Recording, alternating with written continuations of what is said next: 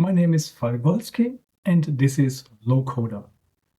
Our aim is to provide you the very best, most modern and versatile application development platform that exists.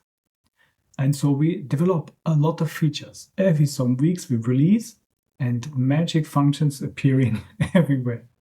Some of them we really need to describe, and therefore here's our series of tutorial videos so you can access all the value that is already possible and find also the magic hidden functions that are already offered inside of our platform. And now let's start.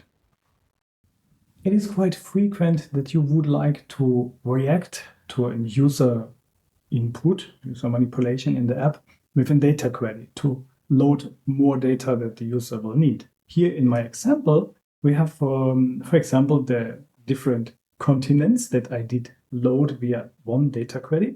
And whenever a user click on one of these continents, I would like then to load all countries. There are actually two ways to achieve this. The very first is to make use of the event handlers.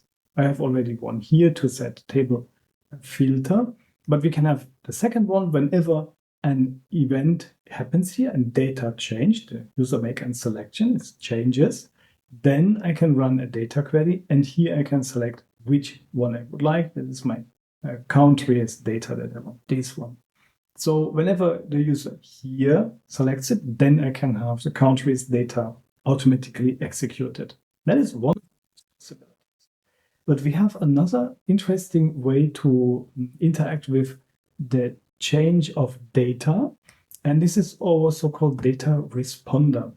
It is very similar to the event handler, but it has more fine detail where you can react. The event handler is on user event, but the data responder can do pretty much the same, but on data event only, in a data query, in a temporary state, or just in the data of this component here. So let's just listen to our select field. It's just an example. It's not the most would make sense, but you can pretty much see how this would work. So we want from the select value, the selected label, and from the selected label, we would like later inside of the data, for example, here we get the value alone.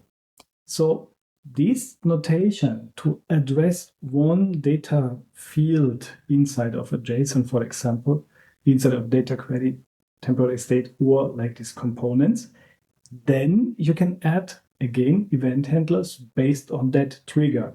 It could be, for example, also very useful if you have WebSocket, a stream query connection, and whenever some message comes in, you want to react. That's also a very good use for the data responder. And now you can just say when this changes, there's actually only one event handler for this data responder, when something changes. And then as you already know it, you can make here your selection. In this case, I just want to show a notification and just say hello. And when I now use my selection here, multiple things will actually happen and I get my small hello. The query did run, the table was updated with the filter, but you can see that based on my data responder here, we could react to the changing of the data that happens inside of the component or data query or temporary state.